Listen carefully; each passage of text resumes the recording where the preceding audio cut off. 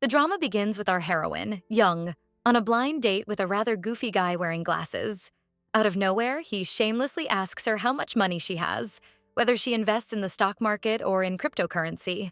I like being open about finances and marriage, he says confidently. Young, surprised, replies, Marriage? God forbid. We've only known each other for 30 minutes. I thought this was just a simple meet and greet. But the rude man continues, You're already past 30. Realistically, you'll probably end up marrying a divorced man. Annoyed, Young tells him, I'm not even 30 yet. The guy adds insult to injury.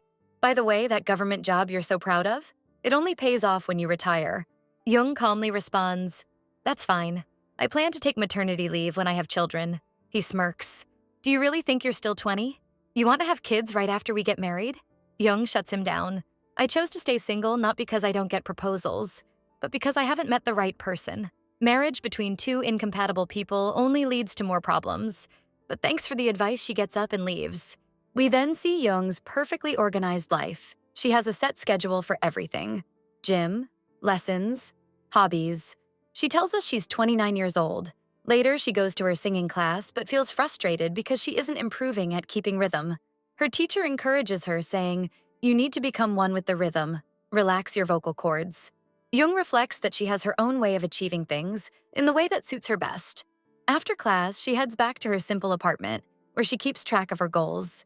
She explains that she's been working as a government survey officer for 2 years. The pay is modest but stable. She doesn't want marriage or kids, but if everything goes according to plan, she hopes to retire and live near the Mediterranean Sea. For that reason, she's content with her life, so long as she holds on to her independence and her stable government job.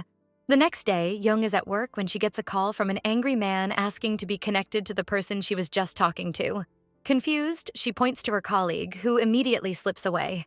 The man storms into their office, yelling about how many times he's asked them to clean up the garbage. Young politely asks him to calm down and give her his location. He snaps back, 50 Sand Street, Young City. She explains, Because your area is residential, the sanitation department is responsible. Furious, the man throws down his bucket, splashing water all over Young and her desk. Terrified, Young drops her phone. Her colleagues are too scared to interfere, worried they might face the same outburst. Young tells us her job often puts her in tough situations, and that civil service workers like her are underpaid and undervalued. Then we cut to the mayor, Umko, tending to his flowers. On his phone, he sees news about how the neighboring city of Tong is supporting youth dating programs. The post is going viral. His only concern, not losing to his rival, Kong. So he decides to launch his own campaign to promote marriage among young people, recruiting a bunch of 20-somethings to boost the effort. They start handing out flyers everywhere. Young, after changing her wet clothes, comes across one of the flyers. A friend tells her that this initiative could reflect positively on their performance reviews, giving them a chance to get noticed by the mayor himself. She jokes about her ruined clothes. Though they smell awful, they cost her double her salary, so she refuses to throw them away. Meanwhile, her boss finally wakes from his nap and asks where Young is. He calls her, but when her phone rings with a barking dog ringtone, he assumes she's making fun of him. Fed up, Young blurts out her frustrations. You dump all the hardest projects on us and nobody dares say a word to you. Her friend whispers, What have you done? Who talks to the boss like that? The manager, furious, transfers her to the marriage ethics team. There she meets her new colleagues, a heavily pregnant woman and 2 young men. They discover Young once worked at a matchmaking agency. Everyone assumes she was assigned to this new post because of her experience. But Young quickly clarifies, Trust me, I didn't want this transfer. Her teammates laugh it off, thinking she's just joking on her first day.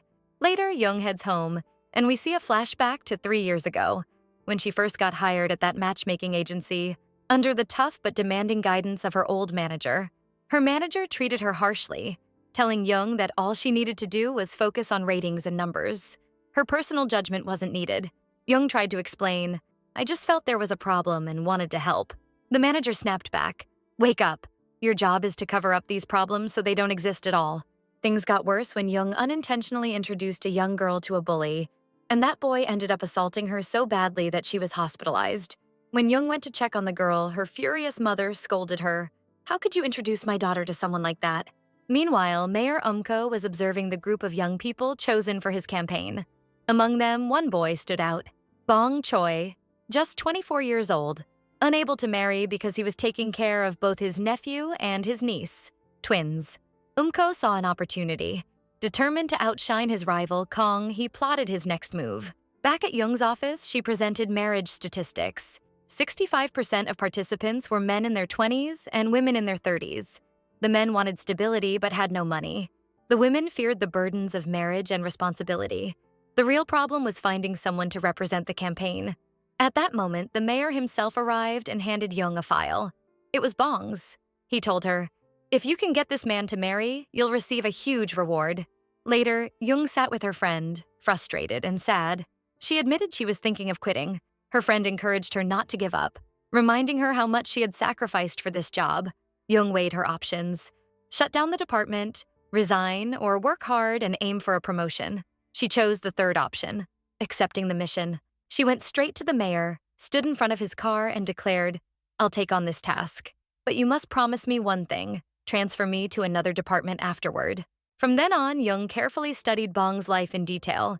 His routine was simple: wake up early, work at the fish market, where everyone described him as fast, hardworking, and kind, then go home to care for his nephew and niece, cooking for them and making sure they ate. Determined, Jung finally went to meet him. She boarded a boat at sea, clinging to her mission. But when she found him, he was holding a hammer while talking about fish. Jung panicked, convinced he might be some kind of thug, and bolted, running until she came across the children. When she asked them about Bong and marriage, the moment they heard the word marriage, they denied knowing him and ran off to tell their uncle. Bong reassured them, "I'm not thinking about marriage at all. We promised each other. No secrets between us." Unable to reach him, Jung called the mayor for help. The mayor phoned Bong directly, telling him to meet her. When Bong arrived, Jung showed him her ID to prove she was a government employee sent to help him. But Bong didn't believe her and turned to leave. In desperation, Jung grabbed his phone. It fell and broke. After much convincing, Bong finally agreed to let her stay in a small room near his house to assist him. That night, the children gathered and decided they needed to get their uncle married as soon as possible, so he would never think of leaving them alone. At dinner, Jung was surprised by the huge variety of dishes Bong had prepared. "I didn't know what you liked," he explained, "so I cooked everything." The children were thrilled, excited that their uncle might finally marry. They teased, "She's so pretty, uncle. She's perfect for you." But Jung quickly corrected them. "I'm here to help your uncle get married, not to be his girlfriend." Later, she found Bong sitting alone and joined him, thanking him for the meal. He asked, "Have you ever been married?" "No," Jung replied. "I chose to stay single. Right now, I work as a government employee. Before that, I worked at a matchmaking agency, but I faced many problems there. I tried to take a positive approach, but it backfired. I introduced a girl to her fiancé, but he ended up assaulting her, and she landed in the hospital. I was devastated. I went to see my boyfriend at the time for comfort, only to find him cheating on me. On the very same day their wedding invitations were ready." She added, "After that, I asked myself why I even wanted to marry him in the first place." Bong looked at her gently and asked, "And did you ever find the answer?" Jung nodded. "Yes. I realized I wasn't ready for marriage. Like most people, I was just looking for someone decent to marry. Nothing more. But then I understood. There are so many better things I could have done with my life. Now I know. Only people who can truly trust and support their partners should get married. They're the ones who can find happiness together." Bong looked at her and asked, "Do you really think I have those qualities?" Jung smiled and replied, "You support the people around you. That alone proves you're a kind person." They joked around a little, then she handed him the paper to read again. Later, Bong sat with the children, thinking about what she had said, while Jung returned to work. Her colleagues immediately asked what happened with Bong. She told them, "He's not interested in marriage. His priority is the kids, and helping his family." Jung thought maybe she should give him more time to think, but her co-workers reminded her, "This is a direct order from the mayor. You need to finish it faster." Meanwhile, Jung's ex-fiancé appeared outside the marriage office. At the same time, Bong arrived there with his application form.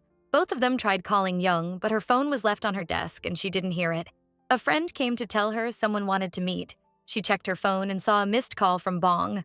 Her face lit up with excitement. She rushed downstairs and met him. He handed her an envelope and quickly walked away.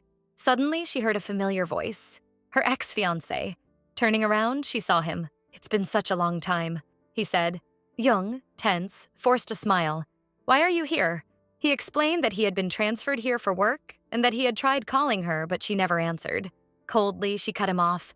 Don't you dare say that name again. Anyway, we should have ended things a long time ago.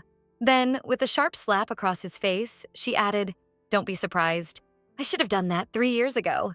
Bong, noticing the scene, walked over to check what had upset her. Young instinctively grabbed his arm and introduced him. This is Bong, my fiancé.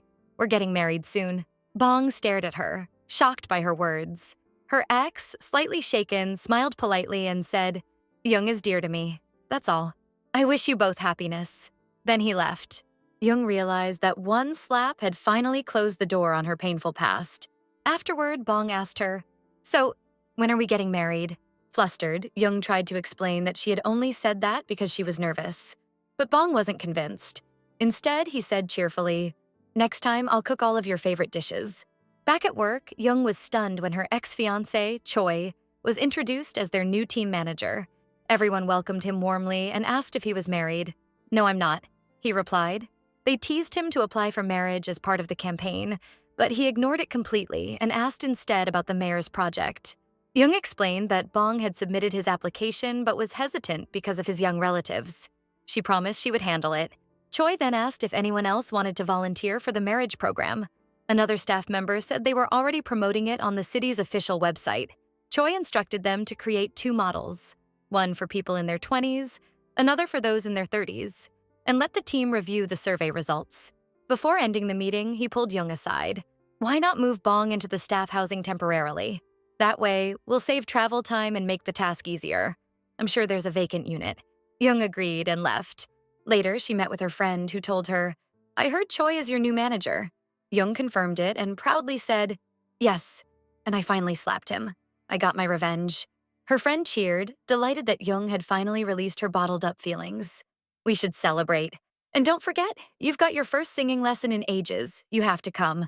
Young checked her bag but couldn't find her phone, so she went back to the office to retrieve it. There, she ran into Choi. She treated him just like any other coworker, then turned to leave. But before she did, she told him, The mayor promised to transfer me to another department if I succeed with Mr. Bong. Choi admitted, I know, then gently took her hand, trying to apologize for the past. But Young leaned closer and told him firmly, No matter what you do now, I don't feel anything for you anymore. Choi's face fell. So, was I too late? She answered, If it weren't for what you did 3 years ago, I'd never have realized what I truly wanted. Then she walked away. Choi was left remembering the past, when Young had tried on her wedding dress and promised she'd always be by his side. Meanwhile, Bong was packing his bags, preparing to move into the staff housing with his niece and nephew. Young called to check if everything was ready, then quickly hung up, leaving him puzzled by her behavior. Later, Young prepared to welcome Bong, but found Choi standing in front of her, asking if there was anything he could help with. She asked him to change the light bulbs. He even offered to stay for dinner, but she declined, saying she had more important things to do. Inside, Bong was already sitting with his neighbors and friends kept advising him to get married quickly and settle down properly. Around this time, Young sent him the address where they would meet in a message. The next day, Bong prepared with the children to meet Young. She was waiting for them with great excitement. Bong asked her if it was really necessary to bring the kids along to the marriage meeting. Young explained that she requested it so the kids wouldn't be left alone, and also so they could get checked up before school. Bong replied that school would start in the spring, then asked if she would stay by his side until then. Young ignored the question and instead welcomed him warmly, eating with them like someone who hadn't eaten in days. Afterwards, Bong drove her back, but on the way they ran into Choi. Bong immediately pretended to be deeply in love with Jung, even throwing insults at Choi. Jung quickly clarified that Choi was actually their project manager. Bong was a little shocked, but tried to keep it together. Choi then introduced himself politely, saying he had moved next door to Unit 205 and could be reached any time if they needed anything. Later, Bong dropped Young off and made sure Choi wouldn't cause her trouble. The next day, Young sat with her colleague to review several potential marriage candidates for Bong, but she was hesitant, afraid of making the same mistake again. She said they couldn't know for sure whether the candidates were serious about marriage or not. She then spent some time with Bong, who reminded her of the man she had once told him about on the island. He told her she had handled it well back then and done the right thing. Young admitted that she thought she had forgotten about it, but seeing him again had really hurt her. Bong comforted her, saying that the heart has its own way of forgetting, and that eventually she would move on. Young told him that if she succeeded in helping him, she could finally return to her normal life. She handed him another survey, explaining that it was about a person's outlook on married life. She had designed it like a game, believing that discovering someone's values was an important starting point. The questionnaire was essentially a list of qualities he wanted in a partner. Bong finished it quickly, then invited Jung to eat with him. She refused, saying she had work late into the night. He left, reminding her not to forget to eat. Meanwhile, Choi had a meeting with the governor, who was surprised to see him back in the country, since he thought Choi had a great position abroad. Choi explained that the timing felt right to request a transfer, and the governor wished him well before leaving. The team then held an interview with the first candidate, a young woman named Rue.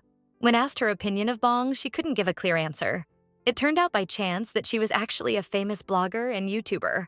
She was clearly only there to promote her channel, not because she was serious about marriage. The interviews wrapped up without any suitable candidates. But as they were leaving, another woman named Cha approached them. They interviewed her, and she seemed like a very good match. Later that night, Jung returned home alone, only to find someone waiting for her, cooking dinner. She admitted to herself that this was the feeling she had been waiting for over the past 3 years. The next day, Bong called Jung, telling her that his appointment was the day after tomorrow and asking her to come along to help him pick out proper clothes. Jung thought for a moment, then immediately agreed. When they met the following day, his appearance was a complete disaster. Jung stepped in, choosing him suitable clothes. But as she handed him a shirt, she noticed marks of violence on his back. It was clear that his childhood had been harsh. She silently wished him well and reminded him not to be nervous at tomorrow's meeting. With full confidence, Bong told her he wasn't worried at all. He knew he would be fine. And if it doesn't work out, he added, I still have you. Don't forget, you said we'd get married. By coincidence, Choi passed by at that moment and saw them laughing and joking together. He was visibly upset. The next day, Bong went to a hair salon, asking for a nice hairstyle because he had an important meeting. Meanwhile, the head of the company told her assistant to inform her father that she wanted to fall in love but wasn't interested in marriage. As she left the company, a bucket nearly fell on her from above. Bong, now looking sharp and elegant, rushed to save her, but instead, water came pouring down from a high floor, drenching him completely and ruining his clothes. He also noticed a wound on her hand, so he quickly gave her a bandage before hurrying off, not wanting to cause her any more trouble. Bong then arrived at his meeting. His appearance surprised the candidate, who asked what had happened. He explained that he had prepared himself carefully, but the road hadn't been easy. Jung reassured him, saying, Don't worry. The most important thing is to just be yourself. Bong cracked a joke, which she loved, and Choi, watching from the side, grew extremely jealous. He urged Jung to get ready, saying the women had arrived. The candidate, Cha, sat down with them for a meal. Bong asked Cha if she really cooked, and she replied with a smile that yes, she owned a small Italian restaurant. She admitted she never got an official license, but she had proven herself through cooking, even spending 2 years in the Italian countryside perfecting her skills. Bong, as usual, kept cracking silly jokes, but surprisingly, Cha didn't seem turned off by him. They went out together afterward, though Han, the boy who had been watching them, was secretly filming. In the end, Bong and Cha went their separate ways, agreeing to just stay friends. Later, Jung had her singing lessons, so she excused herself from the team and left. Afterwards, she called Bong, who was sitting at a bus station, and invited him to eat at her friend's restaurant. At first, Bong was confused, but once he tasted the food, he was impressed.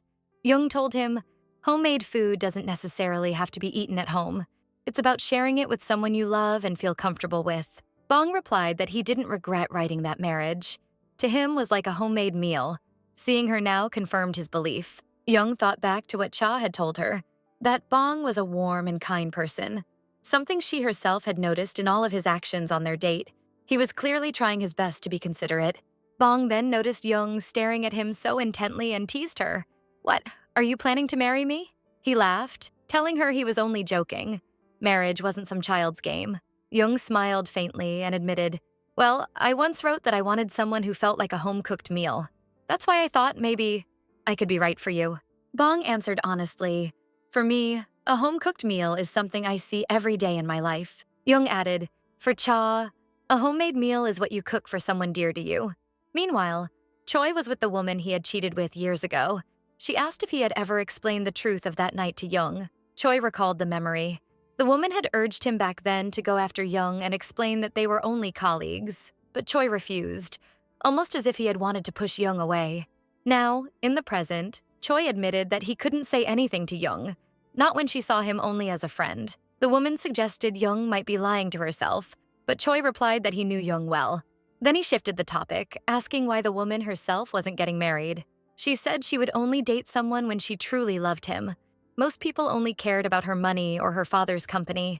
Choi suggested that maybe she would meet someone genuine in an unexpected place, like on the street. She suddenly remembered Bong, the man who had given her the bandage, and confessed she might have already met someone. The next day, Bong was dropping the kids off at school, but the bus broke down, so he used a shopping cart to carry them instead. Young happened to see him just then, walking with her friend, and also the same woman he had helped before. Reporters snapped photos of the scene, and soon it was all over the news. Choi saw the reports and was furious. Young returned home to find the team gossiping in the group chat. They were worried that if Bong became too popular, he might grow arrogant, making it impossible to get him married and complete their mission. Just then, there was a knock at the door. Bong opened it to find the woman he had saved from the falling bucket standing there to thank him. From the other side, Young walked out and froze when she saw the woman. Choi was shocked as well.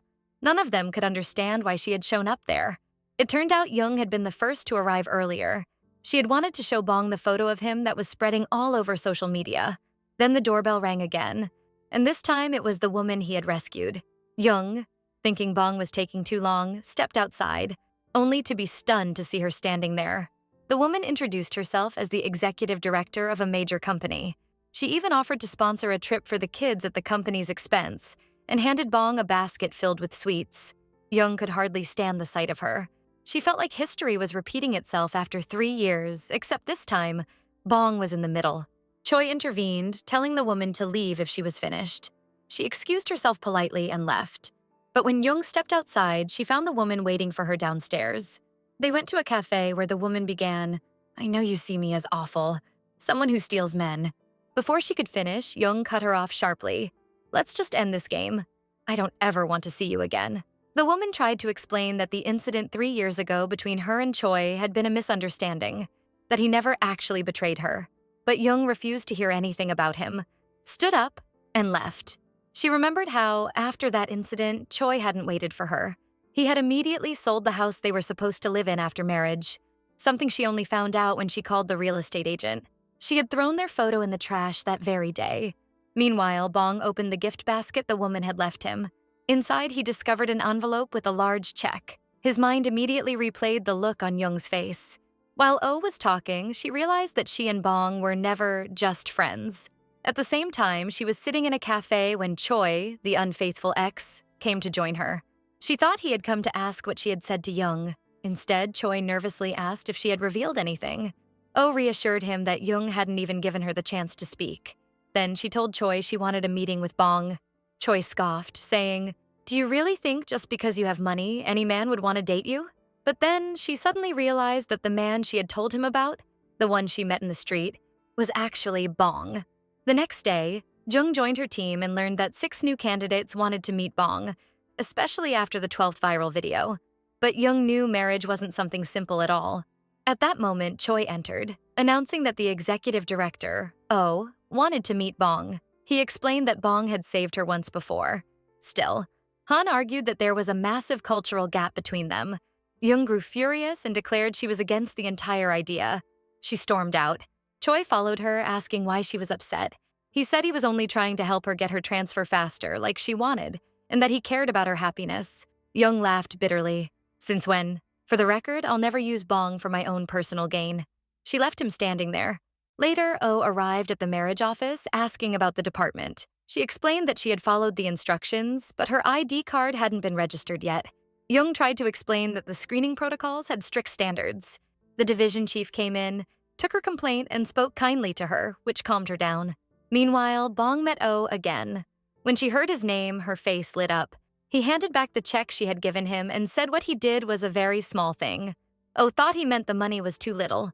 But Bong clarified, "Gratitude from the heart can't be measured in money." She tried to invite him for tea, but Bong returned the envelope and left.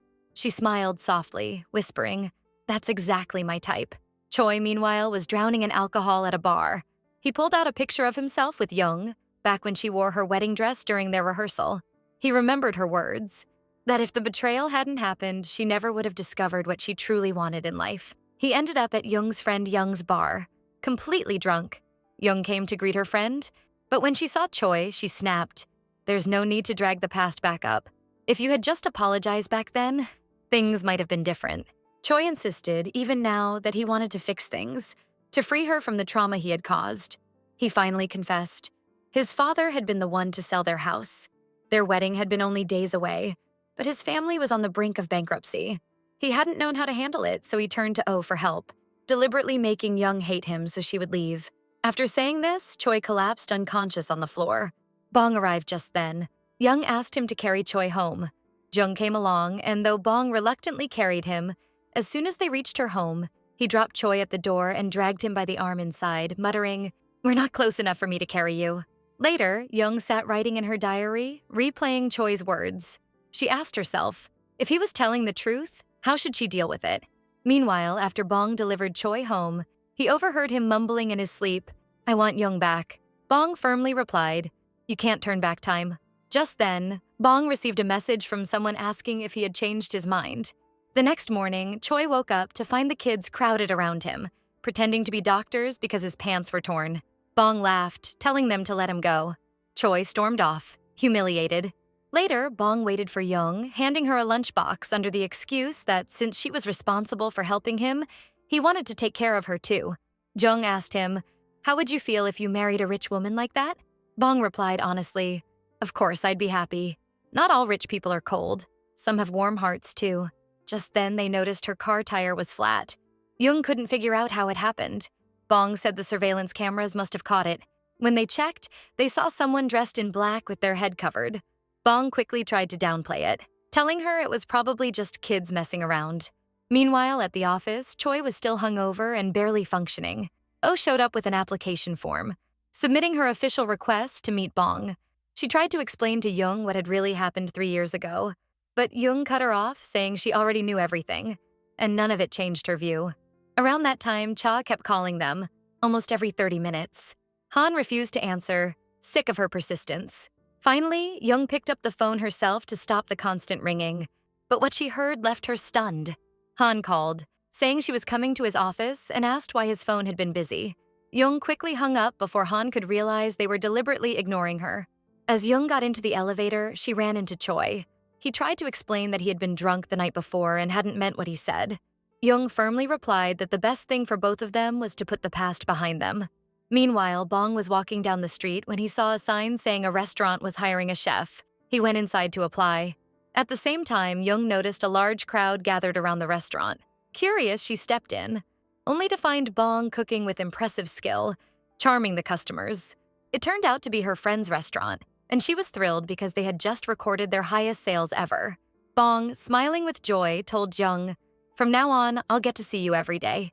He presented her with a dish of sashimi and asked if everything had gone well today. Jung said yes, wondering why he asked. Bong, still haunted by the masked man they had seen on the security camera, didn't want to worry her. "No reason," he said softly. "Just eat." Later, Bong sat with her and asked what she had wanted to tell him earlier. Jung admitted that she thought she had someone suitable for him, the executive director. Oh. Bong replied that he already knew, since she had suggested it before. "But in your opinion, do you really think she suits me? Especially since I noticed you don't seem to like her much." Jung said it had only been a misunderstanding between them, now resolved.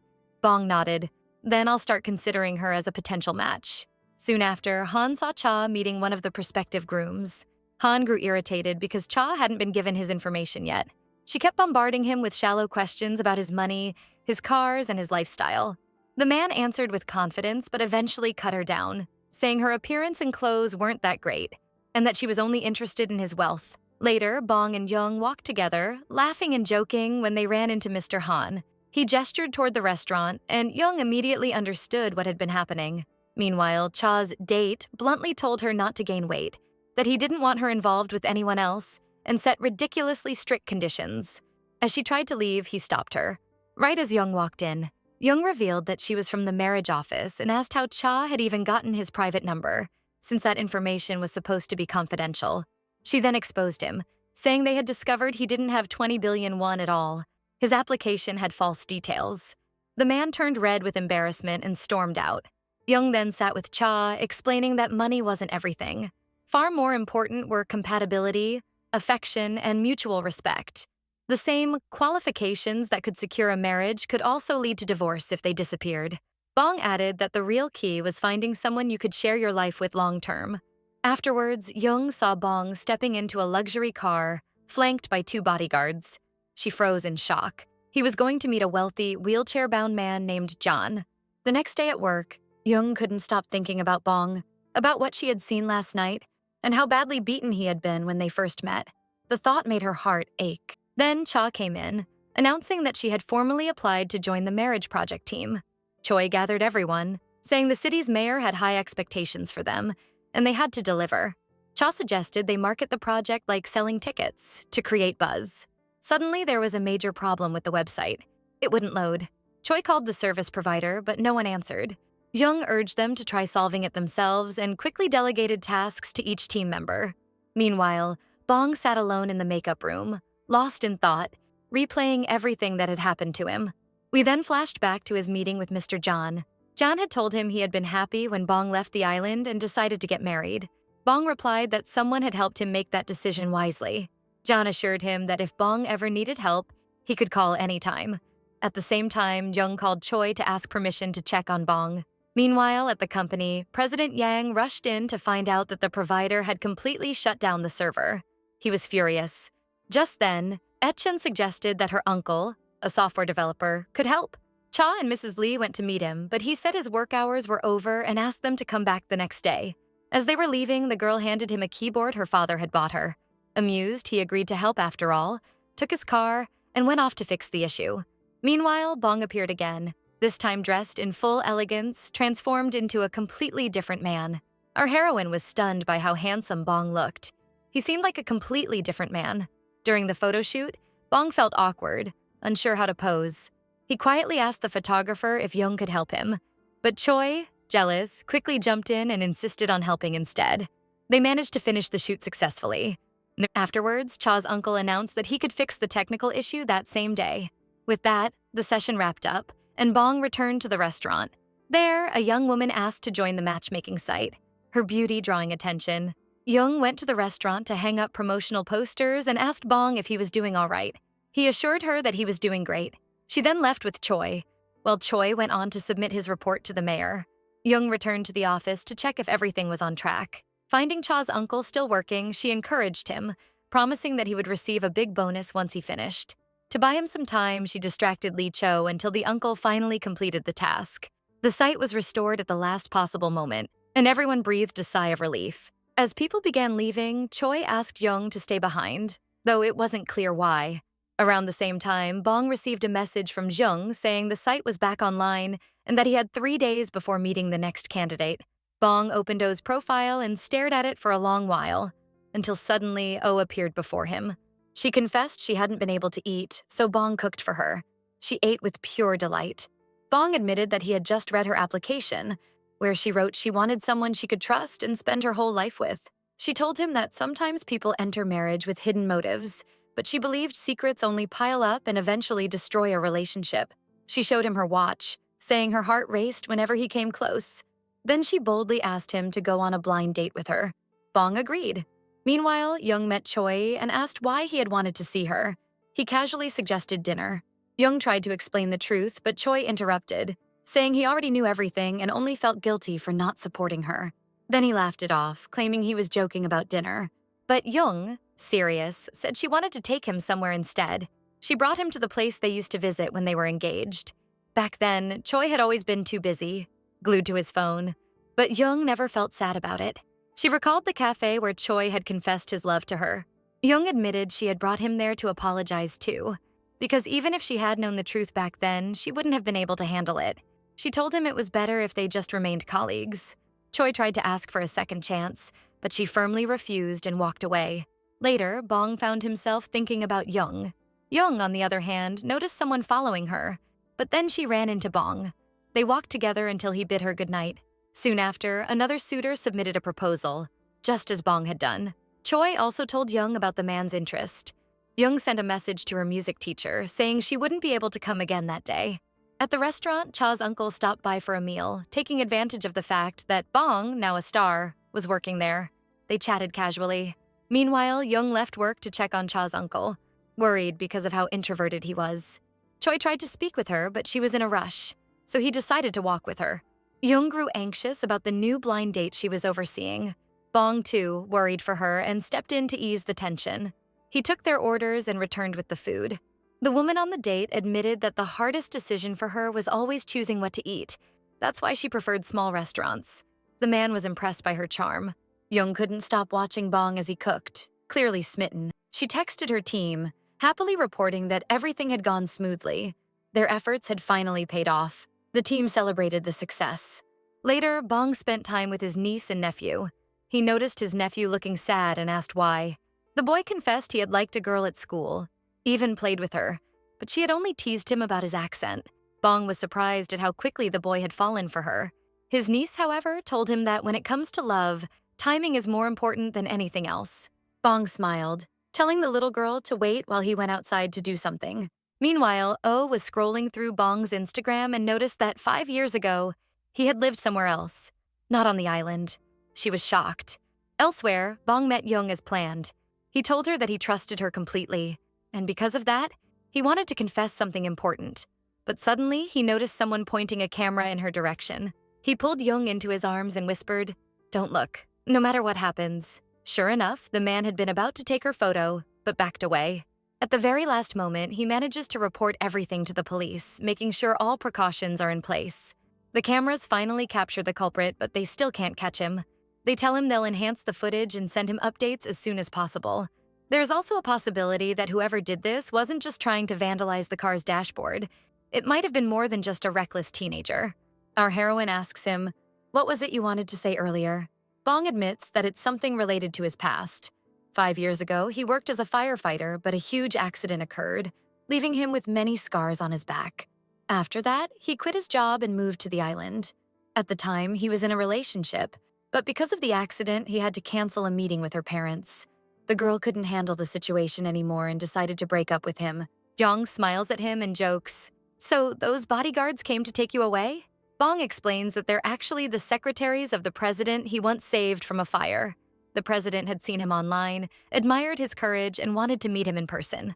But unfortunately, that same day, Bong found out his girlfriend had died in a car accident.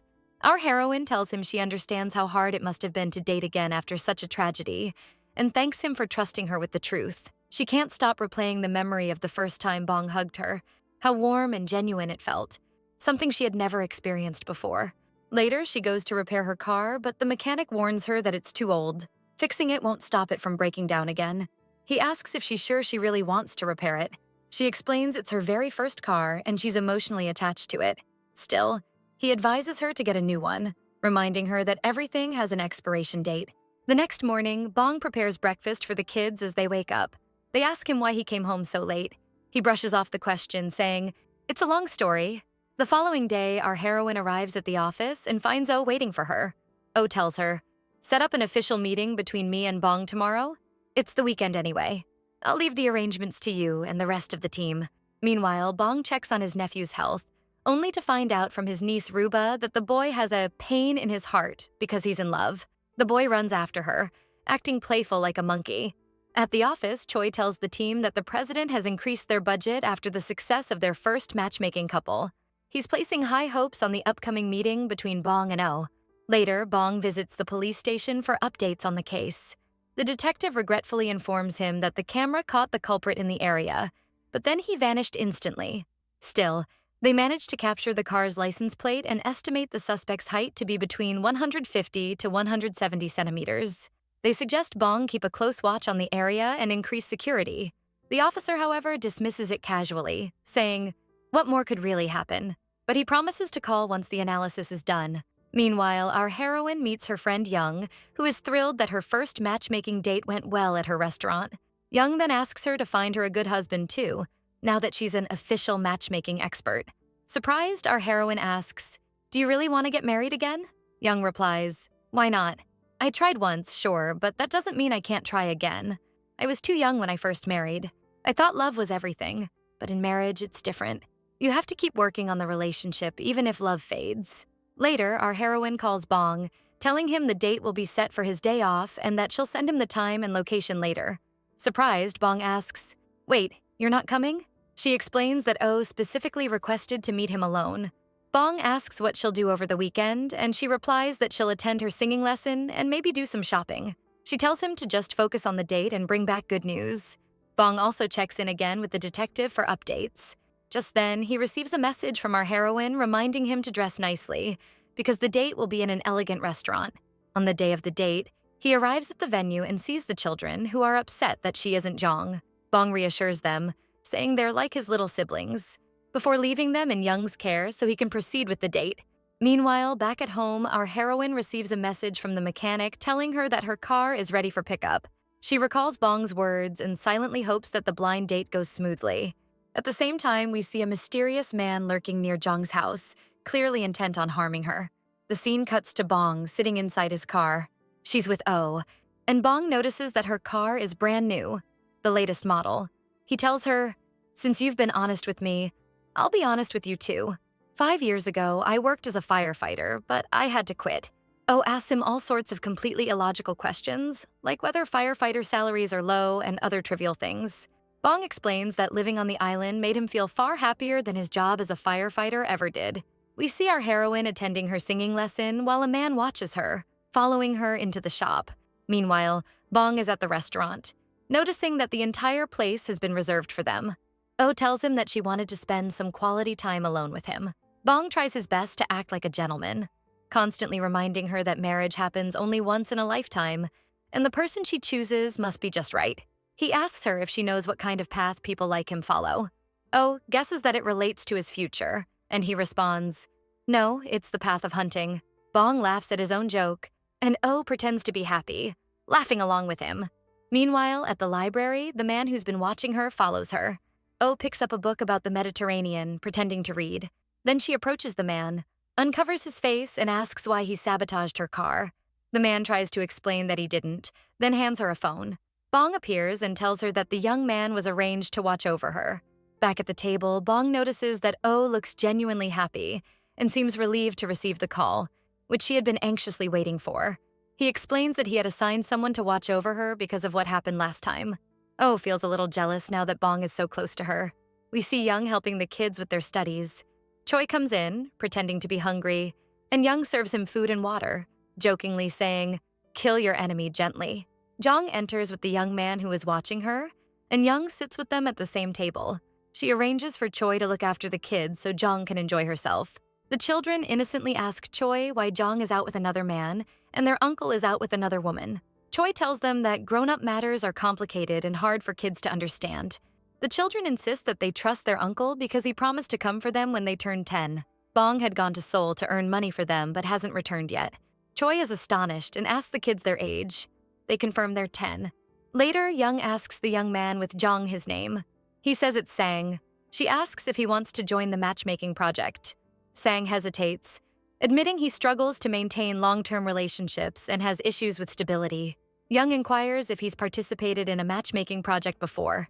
He learns that she's divorced, tried once, and wants to make sure she chooses the right partner this time. Sang teases her, suggesting that joining could let him meet a girl like her. Suddenly, Jong interrupts, yells, and leaves. Bong is waiting as O tells him that they'll go to the tavern down the street from her house. Although she's tired, she wants to celebrate with him, and he agrees to go so as not to upset her. We see Jong picking up groceries when she encounters Choi, who mentions that the matchmaking date is still on because O decided to bring Bong to the tavern, a place she's never gone with anyone before. Our heroine feels a little sad. The children arrive home to sleep. Suddenly, Jong receives a call from Choi, and after finishing it, she decides to check on Bong's blind date. When she arrives, she sees O trying to get close to Bong, which upsets her. Sang arrives, takes her as Bong requested, and they take a taxi home. Our heroine can't sleep at all. The next day at work, Sang comes to formally propose, asking if he can be matched with someone else if he doesn't succeed with his first choice. The team explains that the project is for people seeking lifelong partners. Sang agrees and submits his proposal. Our heroine updates Bong, who is thrilled because he knows Sang doesn't usually stay in relationships for more than 6 months. Bong receives a call from Detective Park about someone caught on camera. It's clear that Bong knows the person. At the same time, Jong is at home when a mysterious man rings her doorbell, leaving a box. When she opens it, she finds photos of Bong with his deceased ex-girlfriend, marked with X's. Bong races over to Jong, catching the masked man. In front of Jong, the man reveals the truth. He is the brother of Bong's deceased girlfriend. He confesses that he was upset knowing Bong wanted to marry again, trying to forget his sister's death. Bong reassures him that he never forgot his sister and had been trying to escape his grief, blaming himself for not being able to save her or quit his job for her. Bong tells him he had to stay sad for her memory all this time. Young intervenes, saying that if his sister were alive, she would be happy that her boyfriend is trying to live again. She asks why she was pushed away, and the young man explains it was because she convinced Bong to leave the island and try again. Bong and the young man help him understand that everything that happened was fate. Eventually, the young man calms down and leaves. Later, our heroine goes to pick up her car after the mechanic calls to say it's ready. She's overjoyed to see it fully repaired and proudly says that everything has an expiration date, but she decides when that date ends. On her way, she passes Bong and they ride together, talking for a while. She notices the children are out with a stranger. Bong quickly gets out of the car to catch up with them. The episode ends here. Who do you think took the children? We'll find out in the next episode.